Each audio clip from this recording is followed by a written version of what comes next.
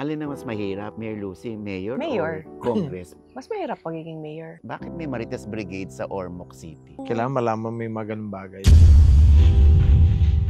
Ormoc used to be the drug capital of Region A. Na-imagine mo, OG, nung ganun, mga bad elements yung kalaban namin dito. Do you still have time for your only one baby, si Juliana? So, ganun sinabi ko, Julian. Oh. So, pag may nambuli sa'yo, suntokin mo kang ganyan. Mariresolve na lang yan. How you wish, Kong, na sana nung hindi pa kayo nag-meet ni Lucy, meron ka ng anak? Huwag naman.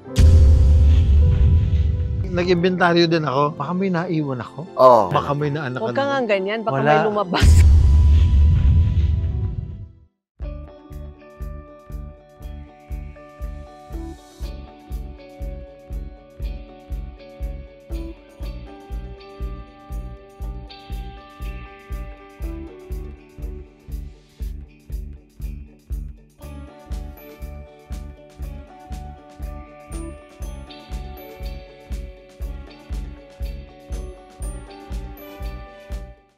Nako, isang malaking karangalan po para sa amin. Ang makapanayam, eto na, this time dalawa na sila. Nung unang punta namin dito, nung kasal nila, April 28, 1998. Correct. Oo. Aba, ilang years na? 26. 26 years na, pangalawang punta ko ngayon sa Ormoc City. Pag sinabing Ormoc City, nakadikit yan sa kanilang dalawa. Siyempre, ang mayora ng Ormoc City, Mayor Lucy Torres Gomez at Congressman Richard Gomez. Thank you. Ayan. Hello, Oji. Welcome to Ormoc. Oo nga, grabe. At nabugbog na yung inyong parang bahay doon sa Carlota. O ito, first time ba yung pinakita itong kanilang Dolores? Playground. Yung hayahay. Grabe, no? Si Mayora at si Kong, pag nag-uusap ba kayo, puro politics? O Ay, di ba? hindi. Layo. Not at all. Ano na, bihirang-bihira. Basta pag magkasama na kami sa bahay, we still talk about what we plan to do sa Ormoc as a district. Pero hindi very heavy on politics yung pinag-uusapan namin. It's more of, ano bang dreams natin? Paano ba natin mapapaganda dito? How can we improve yung buhay ng mga tao? So basically, ganun lang. Pero nothing very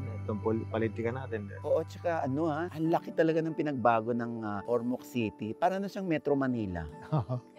Oo. Syempre, marami kami nakakausap dito na because of Richard and Lucy. Ganon. Oo. Kaya biglang meron ng mall.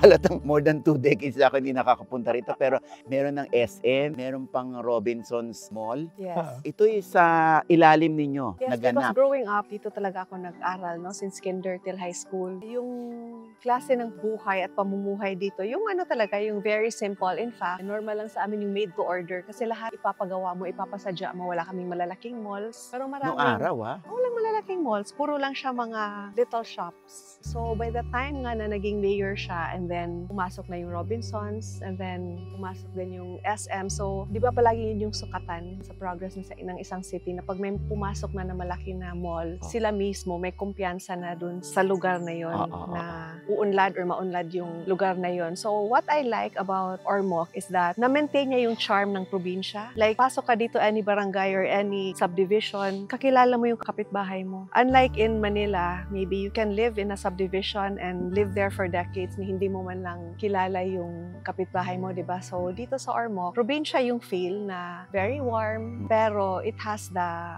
amenities of the big city. Pero nung araw marami na raw negosyo na gustong pumasok dito, hindi makapenetrate. Ba't sa inyo, ang bilis pumasok? Lalo na yung mga mall. Depende sa nagpapalakad. So, minsan may balakid kung bakit hindi sila makapasok. But sinabi ko na, nung nag-mayor ako, tulad ng Robinson, sa kanya SM, nandun na yung lupa nila. Sabi ko, pag upo ka ng mayor, itayo nyo kagad yung mall. Wala akong hingin kahit 5. Tapos sabi ko, lahat ng business permits, construction permit, lahat ng permit, ibibigay ko sa inyo right away. Tayo nyo dito. At sabi ko, sa mga negosyante, pag meron kayong problema, may nanghihingi ng kotong sa inyo, may nanghihingi ng pera, you have to let me know. Kasi kung nagtatrabaho sa gobyerno, tatanggalin ko talaga. Kaya yung confidence ng mga negosyante dito, mataas kasi hindi sila iniistorbo ng mga taga-gobyerno. Sa kanila, basta you have the necessary permits, lahat ng permits, apply mo lang, kunin mo lahat. Pag negosyo ka dito, ganun ang gusto namin. Pero may isa siyang kondisyon talaga. Gusto niya local hiring. Doon ko naman natutunan yun sa kanya. So mag-hire sila, at least 90% dapat local. ang hiring. Ang mahirap lang kasi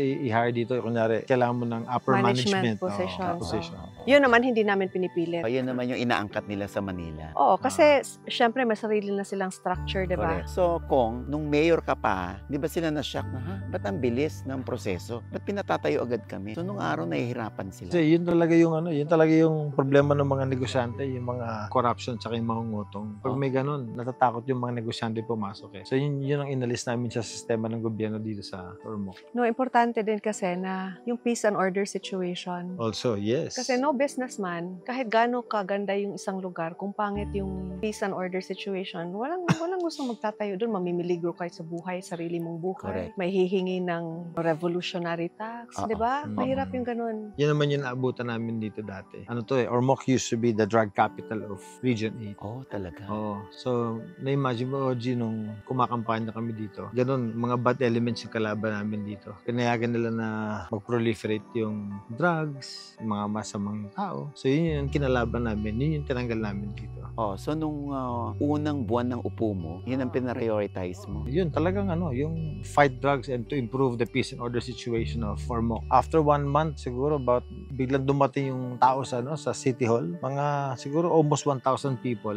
Doon sa harap, akala ko may rally eh. Sabi ko, bakit ang daming tao dito? Yung pala lahat sila gusto surrender. Sabi ko, ba't kayo surrender? Ano po kami? Mga drug users po kami.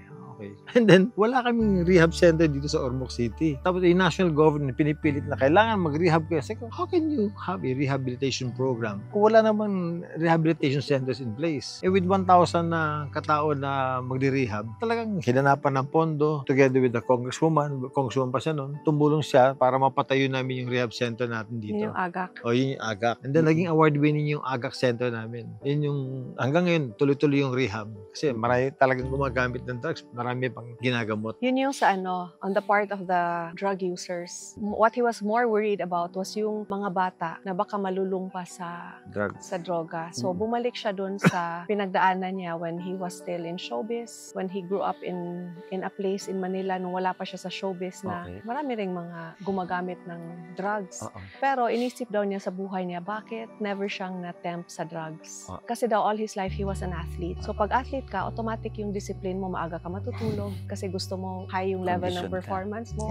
Hindi ka talaga pwedeng manginginom or mag-drugs. So he intensified a sports program in Ormoc specifically to target children na wala talaga sa drugs. And then in the course of doing that, yung sisimulan mo lang sa laro, being competitive with each other. Aba, ginalingan ng mga taga-Ormoc. Hindi na sila nakontento na they win against each other. They started winning in regional and national competitions. And now we even have world champions na grassroots talaga from Ormoc talaga na athlete na nananalo na in the world stage. So it's very nice that a program that grew organically, na sustained din naturally, and then the story continues ba? So would you say na drug-free capital of the Philippines? No, I can't say na a place is totally drug-free because how can you claim something like that, diba? What I can say is that the anti-drug programs continue to this day. We did not rest on our laurels nung after his first term after his first year pa lang, no, na naging safest city, first to be drug cleared in the Philippines. More kasi than being able to achieve a goal, it's always how you sustain it eh. So until now, tuloy-tuloy yung anti-drug programs. Even in the LGU, we're very unforgiving. Kasi ano na yun eh, it's already a privilege to be a worker in government. Hindi naman lahat pwedeng pumasok sa gobyerno. So pero pag pumasok ka sa gobyerno, alagaan mo yung trabaho mo, galingan mo yung trabaho mo. So it's a policy talaga in the LGU na pag sa random testing, nag-positive ka, I love you, goodbye talaga. Oo, goodbye. Parang you cannot work in the LGU. So you mean sa opisina ni Mayor Lucy nagkakaroon ka ng random drug testing? It's normal for us, random drug testing. Every Monday, meron.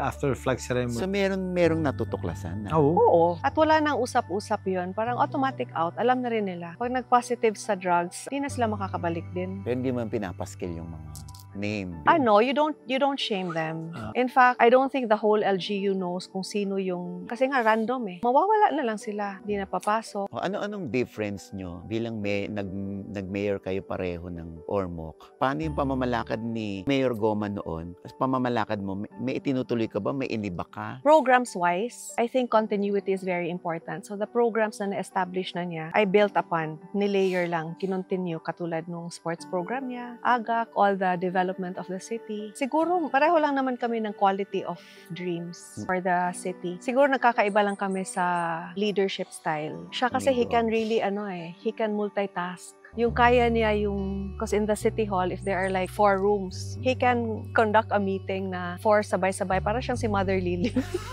Di ba si Mother Lily pa nag-ano ng... Parang 4 na pelikula yan. 4 na pelikula pinag-uusapan niya. So kaya niya yun na labas-pasok siya sa 4 na rooms. Ikaw? Ako ayoko. Gusto ko one at a time, tatapusin ko, at saka siya kaya rin niya yung lahatan, big groups. Ako ayoko rin. Gusto ko mas compartmentalized. Si Mayor Lucy daw, according to my source, pag non-compliant, sarado ang business. Yes, because it's unfair to those who comply. No mercy? You have to show good faith kasi meron namang ease of doing business, di ba? Na kailangan hindi mo talaga ipagkakait yung business permit. Pero may yun, may conditions yun. Sa ease of doing business, parang halos automatic na yung business permit, and then pag may findings na kulang sa kanila, sasabihan naman sila ng BPLO na ito yung mga kulang nyo, and then you're given time to comply. Pero hindi pwedeng years you are operating, wala kang business permit. May sinampulan na ba kayo? I won't say sample, pero may tinotoo. Oo, kasi Ganun na hindi, rin. not to shame anyone or to discriminate, but really just as a matter of procedure, because how can they buy in on the implementation or the enforcement if selective yung pagkagawa, di ba? So eto, in fact, yung mga businesses na kailangan isara, hindi naman sila umaabot sa amin na nakapangalan itong negosyo eh. Even yung mga kailangan maputulan kasi hindi nagbabayad, it's never about the names. It's really just procedural. Yung pantay-pantay lang tayo sa batas. Despite the fact na you're just doing your job, meron pa bang mga like death threats? Is that normal? I wouldn't say it's normal because it shouldn't be that way, diba? Ayan, mabuko ka. So dahil nilatagan tayo ng buko rito, nakakatuwa ito, no? So, Siya nagtatanim niyan. Siya. Talaga? Alam mo, bibili siya ng maiba muna tayo bago sa buko or sa yung next mo na tanong. May darating na box from Amazon. Then pagbukas ko, puro siya Seeds. mga buto ng bulaklak. Eto, yan. So, talaga? ihagis niya dito yan, yung those flowers. Siya magtatanim niyan. Or minsan, yung truck namin papuntang Maynila, and then may papasakay ako, hindi pwedeng isakay muna. Bakit? Kasi puno na ng mga halaman. Talaga? Puno ng mga halaman. Tatanim siya ng, ewan ko, hindi ko nga kilala lahat ng punong kahoy na tinanim niya dito. Maano si Goma? May green thumb siya. Oo. Like, nung pag-uwi namin from Manila, kasi nawala lang ako ng ilang araw. Pagdating ko, yung sa where you were last night, sa bahay, pag alis naman namin, hindi naman ganun kalago yung vines. Pag uwi natin, anong tinanim mo? Yung patola. Patola. Nagtanim siya. Patola ka naman. Di ba kinakanta lang natin yan sa school? Sitaw, pataw. So pagbalik niya, So makukumpleto na ba ang bahay kubo? Sa tanim siya ng tanim.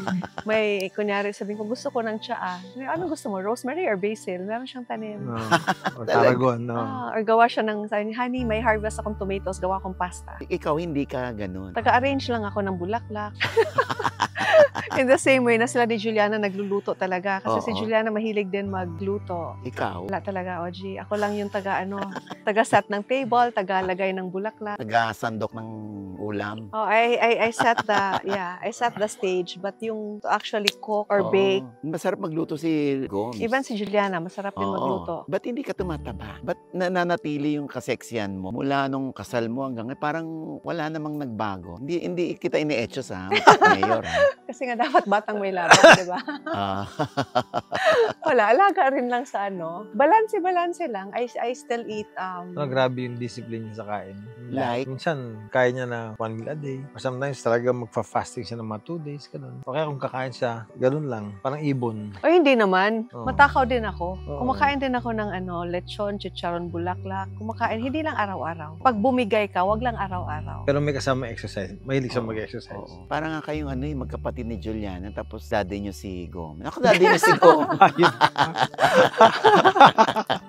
Madali din dito sa madali din sa probinsya to eat healthy kasi maraming fruit trees. Sa bahay lang, may rambutan, may langka. Sa pag lumabas ka ng konting barangay, sa gilid-gilid may nagbebenta kagad ng mga gulay. O mga like ganun. kanina, bumili ka ng... Bumili ako ng okra, bumili ako ng talong, mga kalabasa kanina, may pinanggaligan kami. Ako naman ganon. Pag nakikita ko na nagbebenta, hinihintuan ko talaga. Kasi pag binili mo yung binibenta, lalo na sa loob ng barangay, konti lang naman yung kita nun eh. Ano ba naman yun, di ba? Di, gastos mo, kung kaya mong bilhin lahat, magkano lang yun, bilhin mo na lahat. Tapos pinamimigay mo rin naman. Tapos yung mga kasama ko, mga magdatawa kumuha kayo, magdala kayo, mag-ubigay. Di masaya lahat. Oo. Yung araw nyo, kumusta? Like, everyday, meron kayong mga events or ribbon cutting? Or Kasi ako, based ako sa Manila because of trabaho sa Congress. So, pag nandun ako, pag uwi ko dito, gusto ko na ma-maximize ko yung time ko. So, katulad kaninang umaga, 3 barangay yung pinuntahan namin. Groundbreaking kami para sa 3 road projects. So, yung 3 road projects na yun, at sa umabot siya ng mga, 45 million kagad na project yung ginawa namin kaninang umaga. 15 million road projects yung ginawa namin. And then nung hapon, meron kaming groundbreaking din para sa Merida. Pero May before, public market. nag-public market kayo Oo. doon. But before siya nagpuntang Merida, which is another town, nag-chow naman kami, which is City Hall on Wheels. So we do that almost on a weekly basis. Kasi may mga barangays na medyo malayo sa bayan. So imbis na sila pa pumunta, there's one day na lahat ng services ng LGU nandun. So all 40 plus departments, may attorney, may sa health, kung may problema sa birth certificate. All the people have to do is go to the barangay o sa vet. Di ba sa LGU naman lahat hayop hanggang tao? Yung City Hall nang lumalapit sa kanila. Kasi lalo na sa Ormoc, ang laki-laki, di ba? Ang lalayo. Oo. Kung pupunta pa sila di sa city, ang mahal ng pamasahin nila. So, yung LGU, gano'n ang ginagawa. Alin na mas mahirap? Mayor Lucy, mayor? Mayor. Or Congress? Mas mahirap pagiging mayor. Ayun pag mayor. Mahirap. 7 bayan yung kanya, no? Tapos ikaw, isa. Oo. Isa, pero karga mo lahat. Ano naman kasi yung mayor, yung day-to-day na activity, binabantay mo, pinapatakbo mo. Unlike kami sa Congress, we're more focused on legislation, kung ano yung mga batas na gusto na ipatupad, ano yung mga investigation na ginagawa na, yung mga oversight, at saka kung ano yung mga projects na magagawa na at madadala dito. But other than that, we do not run the city. Legislative kasi yung sa Congress and then executive yung sa... Kayo nag-i-implement, tapos sila gumagawa na. Oo. So, I remember, one of my first interviews na mayor na ako, siguro mga first month ko in office, tinanong ako what it feels like to be mayor kasi araw-araw ang pasok talaga eh. Diba? So, sabi ko, para kang school ulit. Parang yung mga katrabaho mo, puro mo classmates. Iba-iba yung subject nyo everyday. So, para kang nasa school ulit, but ako na ngayon yung principal. Oo nga. Oo nga, ganun. Oo. Ganon. Parang yung naikwento sa akin ni Miss Lucy, na dito raw sa Ormoc City, merong Marites Brigade.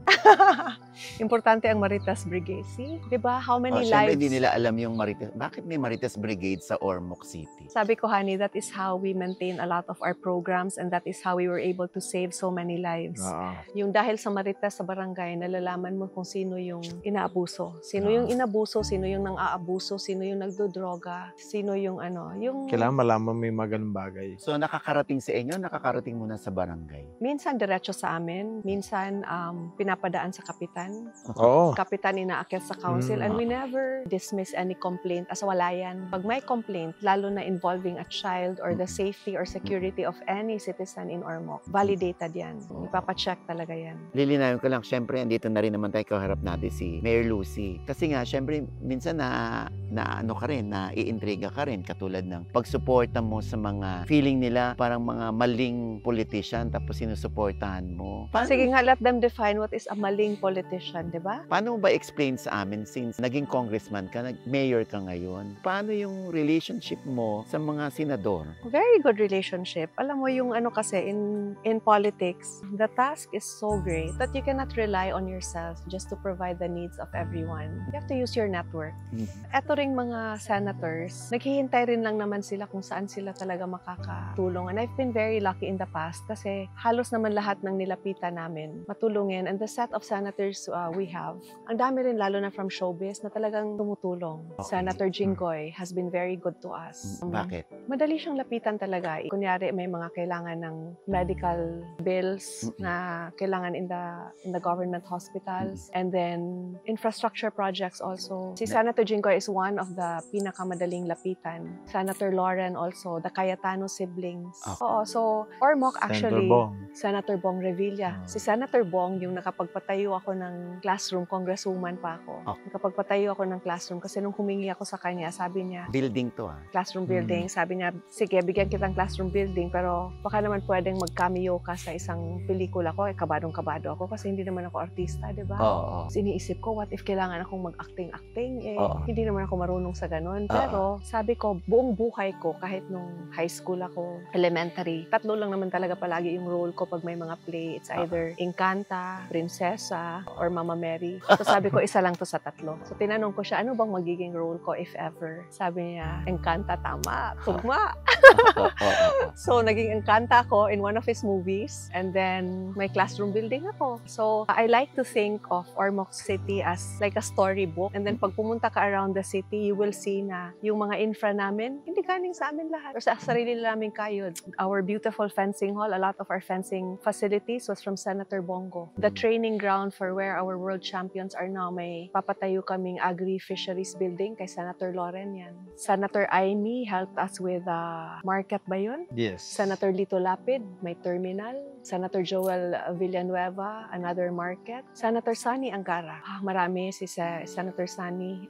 Mostly education, and then our library. Yeah. Remember, Senator Juan Ponce Enrile, when we went to his office, he gave us also classrooms during his time. So madali silang madali silang lapitan. And for me, that is the essence of public service, na matulungin ka because there's always somebody who needs help. And sukatan sa pagiging sincere na public servant and how willing you are to help is you actually helping, hindi lang yung lip service ba. So I'm very thankful to all of them who have helped us. Kasi yung iba, hindi yun yung one time lang nabigay ha. Like si Senator Jinggoy through the years. Kasi nga siya, may iba na may misinterpret. Ba't sinusuportahan ni Ma'am Lucy yan? Kasi nga, ang tingin sa'yo, parang Mama Mary nga. Yun na lang ang maisusukli namin sa lahat ng... Tinulong nila. Lahat ng itunulong nila, hindi naman namin masusuklian yun, di ba? Hindi nila kami kailangan. Kasi yung, ganito na lang, yung ibang tao kasi, siyempre sa ibang lugar, iba yung trato nila sa mga senador. Sa amin, iba yung trato namin sa amin, iba yung trato na sa amin. Natutulungan nila kami. Imagine, tinulungan nila kami. Bakit namin hindi sila tutulungan? Oo. Siguro sa kanila may ibang issues sila sa mga senador nila. So, iba yung relationship nila. Pero katulad ng kung ano yung kailangan na ibinibigay sa amin, siyempre, How can we not be grateful?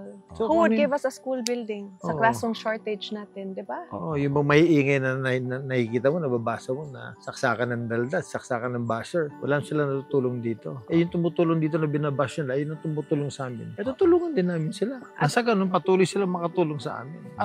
At some point, dapat medyo selfish din yung thinking mo eh. Oo, kasi kailangan isipin mo yung para sa tao mo eh. Dahil hindi lahat ng gusto namin gawin, kaya namin gawin dahil sa kakulangan sa pondo. May mga government officials na presidente, speaker of the house, yan, sila, senador, ang lalaki ng budget na sila yung nakakatulong sa amin. Hingi kami ng tulong sa kanila, nadadala dito. Ang sukli namin sa kanila is tulong na kaya namin on our own. At saka, yung mga pinapatayo namin, alam ng tao galing sa kanila.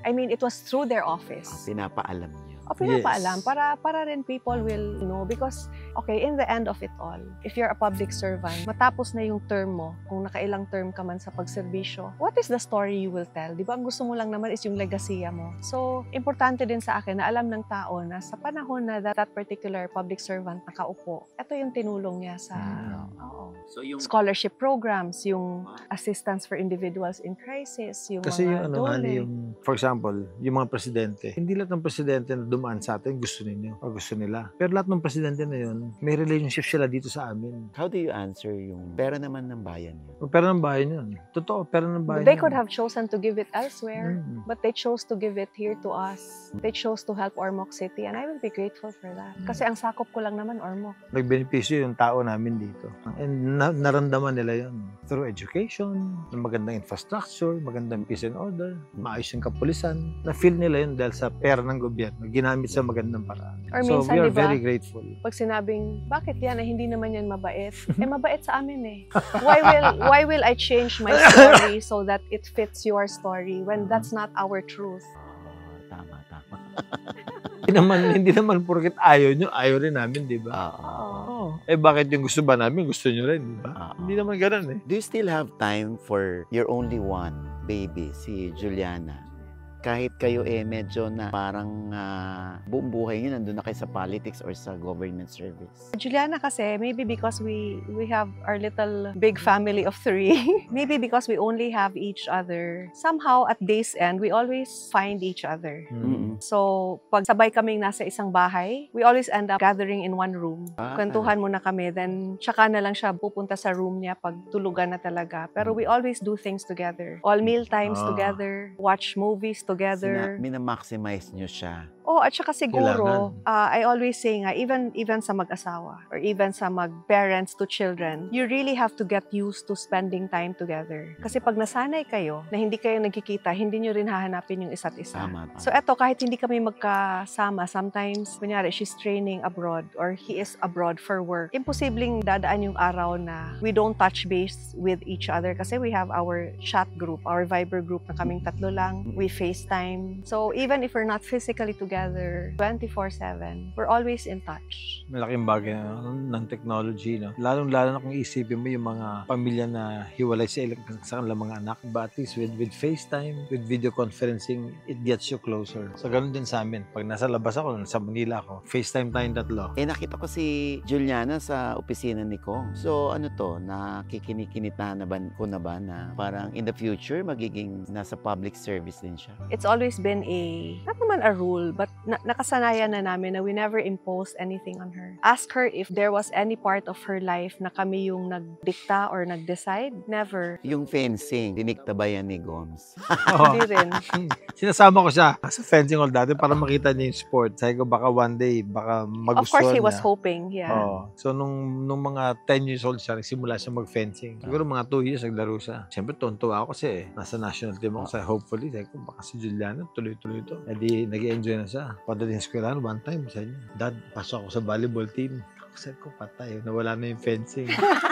Tapos, Hinayaan pa rin niya. Kaya mo na, ganun talaga. Gusto mag-volleyball, sige, mag-volleyball ka. Galingan mo na lang. So, supportahan kita. Binili ko ng bola, binili ko ng machine, mga ganun. Di nakapasok siya ng volleyball team. as in sa UAAP? Sa UP. Pero nasa team B siya. So, second team siya. Sabi ko, okay pa rin. Pagbuti mo lang, eventually, baka makapasok ka ng team A. Bigla nag-COVID. Di ba, nag-pandemic. Bawal mag-basketball, bawal yung mga contact sports, bawal yung team sports. Pero may mga sports na pwede naman. Running, may ibang fencing is one of them. Ako pa yung presidente ng Fencing Association. Sabi ko, ganitong gawin natin. Tama-tama. Kailangan yung mga bata tuloy-tuloy lang yung training. Sabi ko, yung national fencing team, pumunta kayo dito sa Ormoc, dito bukas yung fencing. Makaka-training kayo. So, 2 years sila nandito. Sabi kay Juliana, Juliana, walang volleyball. Hindi ka makakalaro ng volleyball, bawal. Sabi ko, bumalik ka na sa fencing.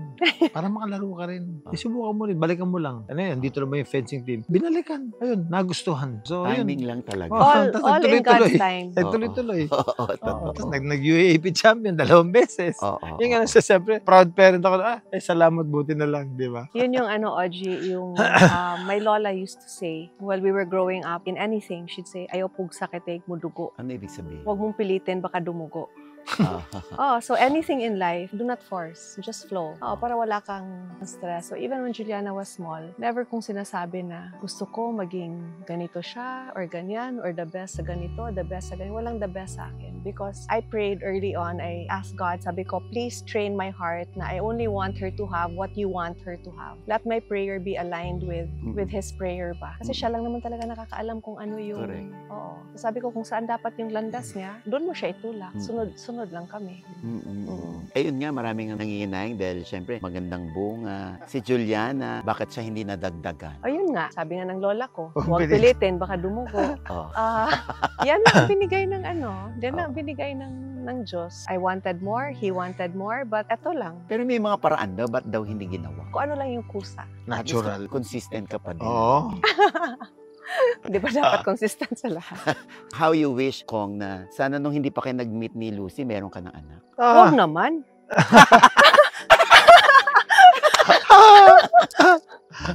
Ay, buti na rin wala. Ko yun, ha? Mabuti na rin wala. Hindi, kasi nung araw, syempre, grabe yung Adonis talaga ng showbiz si Goma. Nag-inventaryo din ako. Oo. Sabi ko, baka may naiwan ako. Oo. Siyempre, di ba? Hindi mo na maiwasan na nagustuhan din naman yung katawan ko ba? Oo. Baka napagbigyan ba? Oo, tapos. Teka, tignan ko baka may naanak Huwag ka ka na. nga ganyan, baka Wala. may lumabas. Wala. Walang lalabas. So, yun, buti lang. Awa ng Diyos, wala. Wala. Grabe siya. Oo. I'm sure yung mga Gen Z nanonood dito, si Goma ngayon lang nila nakilala. No? Papakilala ko si Goma sa inyo. Ha? Talagang siya yung Adonis ng showbiz. Hindi, noong sabihin mo bakit? 80s. Paano tayo nagkakilala? Diba? Saan ba tayo magkasama? Saan ba Writer siya, tapos magkasama kami sa palibhasa. Sa palibhasa lalaki.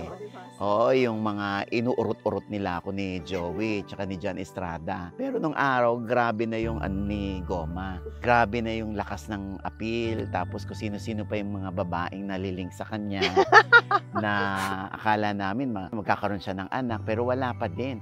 Patuloy pa rin siya sa pagiging playboy. Naku, sumusobra daw ako ng kwento. Pero walang nagbunga, Goms. Ano ba yan? Alam mo naman ako, ano lang ako eh. Hanggang holding hands lang ako. Holding hands, pakis-kiss. Hanggang doon lang ako. Mamatay. So, hanggang tinginan lang. Oo.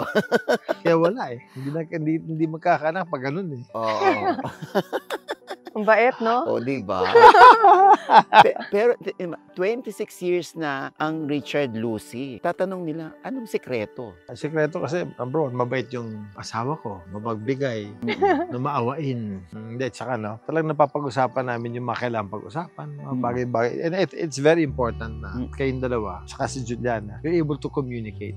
Minsan kahit masama loob niya, sabihin niya sa akin. O kaya kung meron siya na, hindi yung sabi na may gagawin ka eh. Yung, kunyari, may lakad ako. Yung baka ganitong gawin mo, hindi, in a positive wala way kami ba? ganon. Pero siya, she's very constructive. Naging mabait ako dahil kay Lucy eh. Mukha naman, oo. Pero, syempre, alam naman ng lahat na si Goma ay may asawa na at alam nila na si Lucy. Meron pa bang lumalapit kay Goma? Ako na lang yung lumalayo. Wow! O, diba? Yung alam mong lalapit, nararamdaman mo, naku, lalapit ito, ikaw Ito na lumalayo. nandito na, oh. Siyempre. Kanta na siya ng tukso, layuan mo ako. Lumalapit na yung bigas sa manok, di ba? Oo. Pag lumapit na yung bigas sa manok, yung manok na yung lumalayo.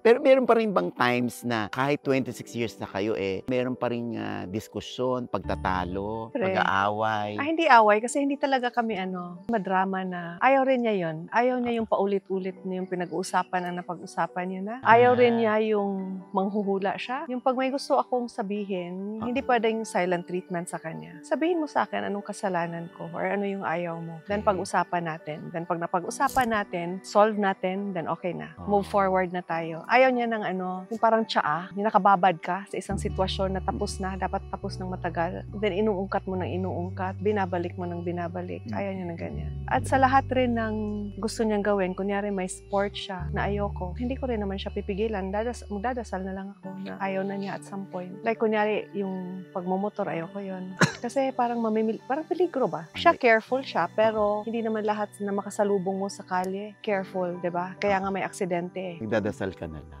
I pray for his protection. Even Juliana, parang naisip ko, iba kasi yung pagpalaki sa amin. Ako, I grew up in a very controlled and careful environment. Siya naman, talagang he was carefree. Yung, sige, lumabas ka, basta umuwi ka lang ng 6 p.m. pag time na for dinner sa lola niya. Kasi he lived with his lola. So even when Juliana was growing up, litong-lito yung yaya. Kasi pag naglalakad na si Juliana at hindi pa masyadong marunong, pag nadadapa, sabihin ko, lit kasi hawakan mo para wag madapa yung bata. Siya naman, lit hayaan mong madapa para siya tumayo. So nalilito yung bata, sino ba susundin? Nalilito yung yaya. Ay.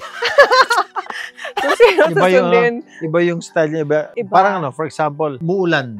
Sa akin, huwag kang lumabas kasi sisipunin ka. Pag may salisi, takpan dito kasi maambon, di ba? Dito sa probinsya, o kaya palagi kang may good morning na tuwalya sa likod, di ba? Kasi hindi pwedeng matuyuan. Ay, sa kanya wala. Sa kundi, umuulan. Halika, maligo tayo sa ulan. Di ba ganon? Ligo tayo sa ulan. Sarap kaya maligo sa ulan. Ligo tayo sa ulan, Juliana, tapos ligid-ligid sa tapos putik. yung maputik sa garden, di ba? Lakas ng ulan. Di may tubig na, di ba? Takbo tayo sa garden, slide tayo. Yung gano'n doon, puro putik dito. Oo, gano'n. Manonood na lang ako sa kanila, OG. Tuntuwa siya na gano'n. Tapos yung daddy niya, lolo niya, nakagano'n nanonood siya niya. Uy. Teka, nadudumihan si Juliana.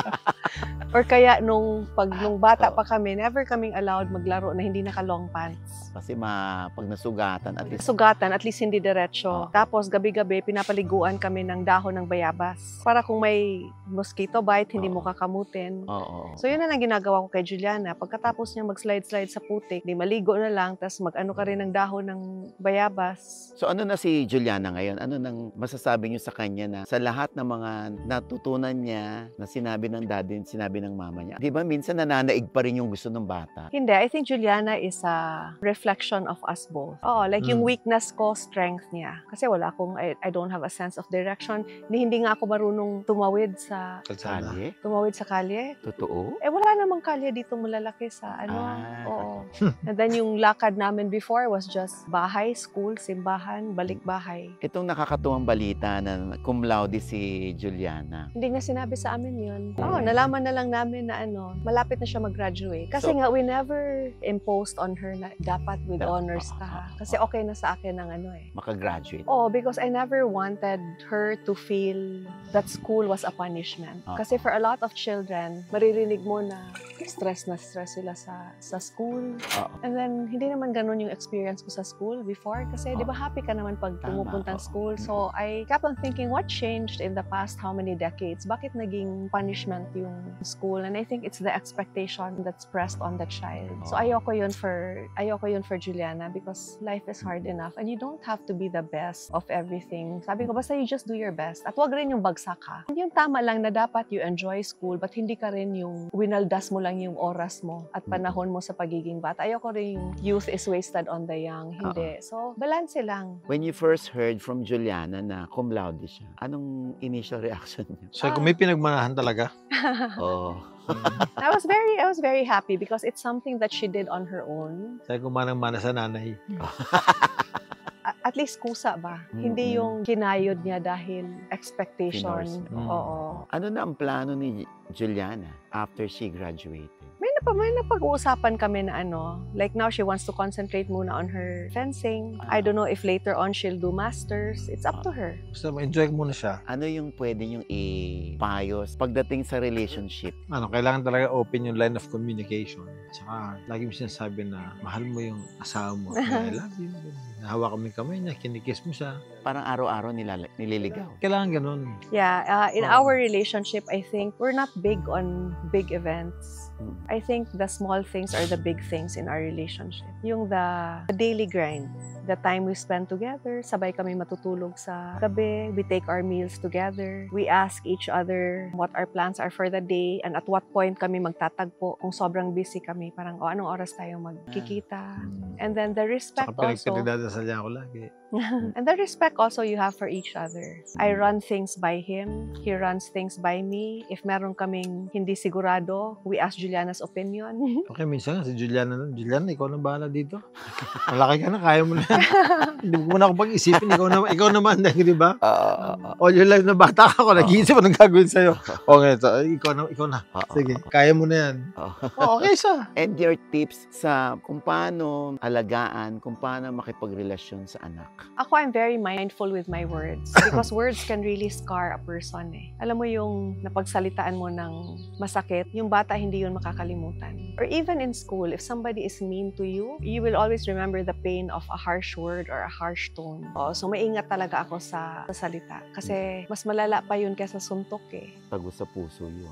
Kasi yung suntok maghihilom na yun, pero yung words it can scar you. So I always affirm your child. Dapat in this world, alam niyang kakampi mo siya. Hindi ibig sabihin na lahat ng ginagawa niya ay tama, pero alam niyang she can run to you for anything. You have to be her safe place. Sa akin naman, simula nung bata si Juliana, alam ko na she'll be on her own eskwelahan. Sabi sa kanya, ayoko na mabubuli si Juliana. Oh, Grabe. Oo. sabi ko kay Juliana, bata pa lang siya. Sabi ko, pag may nambuli sa'yo, suntukin mo agad. Oh. Huwag kang manguna ng Oh. fight, pero huwag ka rin pa. Oh, lalo pag minambuli. Kasi naalala ko nung bata ako, sabi ng lola ko, kung makikipag-away ka, huwag kang unang susuntok. Lagi ko napapaaway nung bata ako. Eh di hinihintay ko muna sumuntok sa akin. Pag nasuntok na ako, at saka lang ako lalaban. Pero Eh nasuntok di na lagi siya. na ako nasusuntok. Tapos pagkatapos ng away, di ba tinatawag ka sa guidance counselor? O kaya Pareho dadalhin ka ka sa principal's office. Kasalanan mo. O, tapos, di ba, pagdating mo doon, tatanungin, sino nauna sa inyong dalawa? Sabihin ng loko na yun, ako! Ha? Ikaw ano sumuntok sa akin? Di ganun na, di ba? Napakaloko. Tapos natuto na ako sa ganun. So, pag nakikipag hindi ko na ano, suntok mo na kagad. Tapos, tsaka dali na mag-explain. Oo. So, ganun sinabi ko, Julian. Oo. So, pag may nambuli sa'yo, suntokin mo kagad. Mariresolve na lang yan. May nangyari ba na gano'n? Na nabully siya tapos sinuntok niya? Hindi, may ano siya. May mga classmate, mabarkada si Juliana eh. So, meron siyang mga barkada na binubuli yung barkada niya. Eh, tinutulungan yung barkada niya. Siya yung, sinasapak niya yung nambubuli sa barkada niya. Kaya ako na-graduate na naman, so pwede na. Kahit lalaki yun. Tinanggol naman yung Oo. kaibigan niya. Kaya nagtatanong si Lalo Juliana, na kung Dad, nasa right side. one time naman tumawag si Juliana, Dad, saan ba maganda sumuntok? Saan mo talaga masakit sumuntok? Okay. Naku, baka ang headline nito, Juliana, nanununtok. Hindi, ha? Tinuro ko lang. Tinuro ko sa Tinuro kanya. mo Oh. lang. Tinuro ko sa kanya. Kung saan. Tinuturoan niya ng self-defense. Like, kunyari tama sabihin ni yun. Juliana, Dad, pag sumuntok ka, saan ba dapat na sumuntok para masakit? Para hindi na makaganti. Oo. Ah. Para bagsak agad. Ang self-defense. Oo. Hindi, ganun talaga, di ba? Kesa Bawal mo, ikaw ibubuli, uwi sa'yo, umiyak, Uuwi, di ba? oo, iyak Ikaw sa'yo. patutulong doon. Di, ayaw mo na, mauna ka na. Sige na. Tsaka babae pa yung iyo. Oo, babae pa siya, di ba? Oo. At hindi siya basta na ginagago sa school. Oo. Nakikita niyo ba yung sarili niyo na sa ending kayo pa rin? Hanggang kamatayan, Richard and Lucy. Dapat naman ganun. When we got married, yun naman eh, for better, for worse. Oh.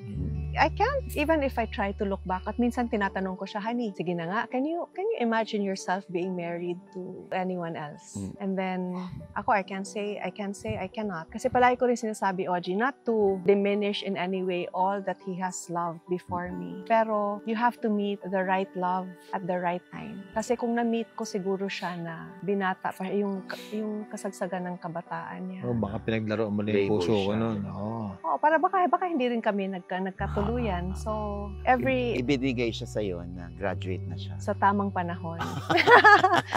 Pagdating ng panahon, sa tamang panahon. Oo. Dapat talaga timing lahat. Alam ko baduy itong question ko, pero anong magpapangako ni Congressman Goma kay Mayor Lucy? Eh, yung araw-araw na patuloy na pagmamahal. Yes. Oh, yun naman ang importante din eh. Yeah. Na ina-appreciate mo yung ginagawa niya para sa iyo. Tapos binibigyan mo siya ng pagmamahal, naalagaan mo siya. O, yung nahalik-halik ka. Naamoy-amoy mo siya na gano'n.